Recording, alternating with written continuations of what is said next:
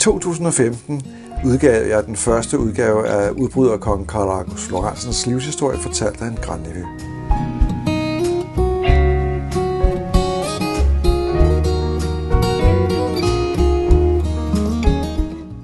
Det er en spændende historie på 300 sider med masser af illustrationer, der fortæller historien om udbryderkongen Carl August Lorentzen, som gravede sig ud af Horsens statsfængsel natten mellem den 22. og 23. december 1949.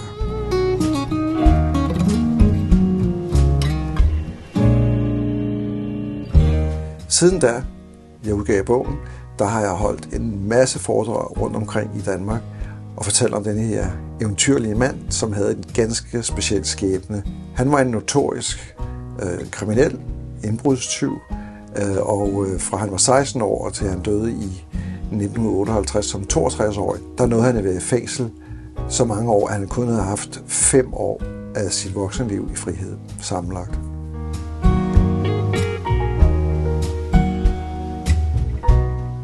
Carl August Lorentzen var ikke kun en udbryderkonge og notorisk kriminel, han var også kunstner. Han malede og tegnede og lavede akvareller. Han snittede træ og lavede for eksempel skakbrikker og en masse andre ting.